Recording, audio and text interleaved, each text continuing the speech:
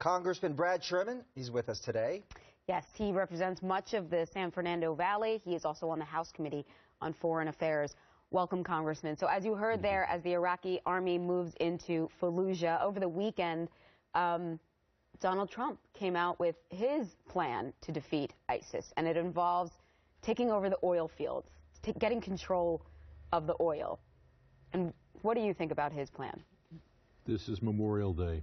We owe it to our men and women in uniform to have a foreign policy that's steady, that makes sense, and that minimizes casualties. The oil fields that ISIS controls are far from any ocean. They're of moderate importance, and for us to hold them would involve casualties inconsistent with what we owe our men and women in uniform. I don't think he has a serious plan to seize ISIS oil, and of course that oil belongs to the Iraqis and to the Syrians where it's located. You're not doing that without troops on the ground. You would have to have troops on the ground to defend the oil, troops on the ground to take the oil, and troops around the world to deal with the blowback of seizing the oil. I don't think it's a serious, I mean, as an entertainment device, perhaps, but, you know, when you think of the people who have died protecting our freedom, you need to have a serious policy, one that treats ISIS as a problem, but does not expose us to thousands of additional casualties. So you saw the report there. It looks like they will be successful in taking over Fallujah. The big concern also is what happens afterwards in that region, and also the trust you have of the people who live in Fallujah. Many of them are Sunni. You have Shias that are coming into the area backed by Iranian forces. So what kind of plan is there in place for what takes place after Fallujah is recovered? The fickle loyalties of the Sunni tribes are critical here. You can't just take and hold Fallujah with Shiite forces, and certainly not Iranian forces. So they're going to have to be able to win over sufficient Sunni tribes to occupy the area. And this is just Fallujah. The big city under ISIS control is Mosul, and that will be sometime next year or even the year after.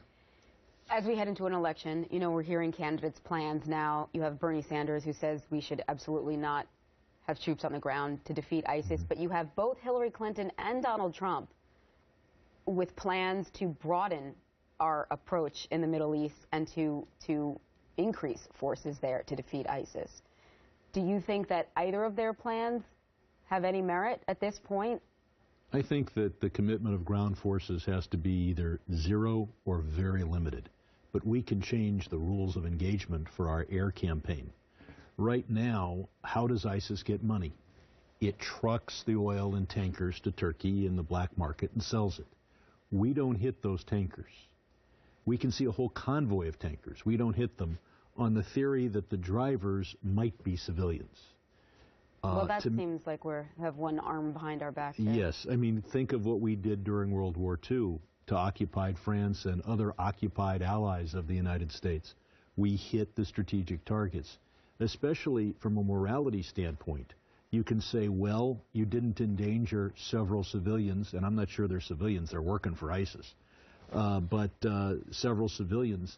But if you let ISIS hold on to Mosul for an extra week because you let them get that money and you let them have that power, how many people died in Mosul?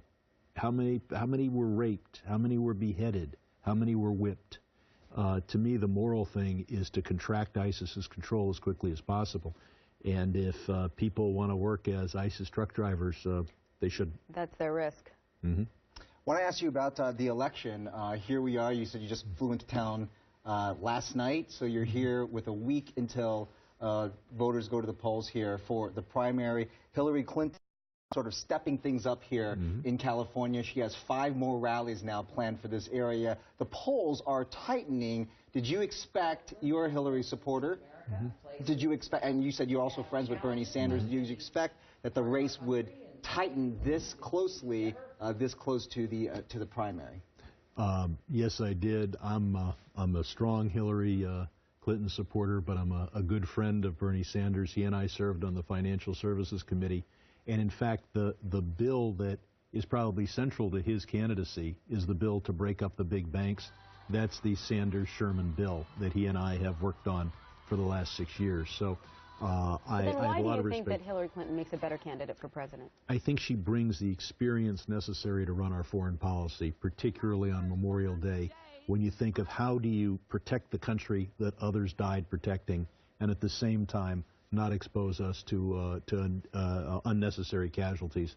I think she's the best person to assume that role. I have to ask you this because, you know, she has come out, although her and Trump seem to think that we do need forces to defeat ISIS over in the Middle East, she has come out strongly against his rhetoric, saying that it is dangerous rhetoric and that he's basically helping recruitment for ISIS in the language that he uses. And, you know, over the weekend, Michael Hayden, the former CIA and NSA director, basically agreed with her. Would you say that rhetoric here is almost as dangerous? The number one goal of ISIS is to convince the Muslim world that there is a clash of civilizations and that all Muslims have to be on one side, namely the ISIS side. Their goal is to take themselves from an extremist small group to the governing force of a Muslim world at war with us. And the best way to beat that is with allies in the Muslim world. When you declare that you won't let King Abdullah of Jordan visit the United States unless he changes his religion, when you declare that even our fighting men and women abroad cannot come back to the United States if they're Muslim, and that was his original position, Trump's position. He's walked it back a little bit since then. But when you exclude foreign leaders, when you exclude not only U.S. citizens, but fighting men and women, then you're playing right into ISIS's hands. You're saying we are at war not with a few extremists, but with all of Islam. All right, Congressman, we want you to stick around for just a second. We actually have some social media coming in from your constituents, some of our viewers there have some questions for you. We'll begin with Drew in L.A. asking you, please ask if you will hire new and more ICE and Customs Border Patrol officers and increase funding for them. A really big story this past week with all of the long lines at all of our various airports and yeah, and also just the border patrol. It's two issues. One is TSA. We've got long lines at airports. We need to hire more people to check, and we've got to explore new technologies. And the other is border patrol. I think the idea of building a wall along the entire length of the border is absurd when you look at the topography. When you look at the canyons, there are certain areas where that's completely unnecessary and useless. What about more officers, as he was talking about along the border? You know, Trump has tried to create this image that only he is for a secure border. The fact is, Democrats in Congress, including Hillary Clinton and myself, have voted to substantially increase the Border Patrol and with additional officers. And I think that we need to do that. And what we've seen is a very substantial decline in illegal immigration from Mexico into the United States. Part of that is a better economy in Mexico. Part of that.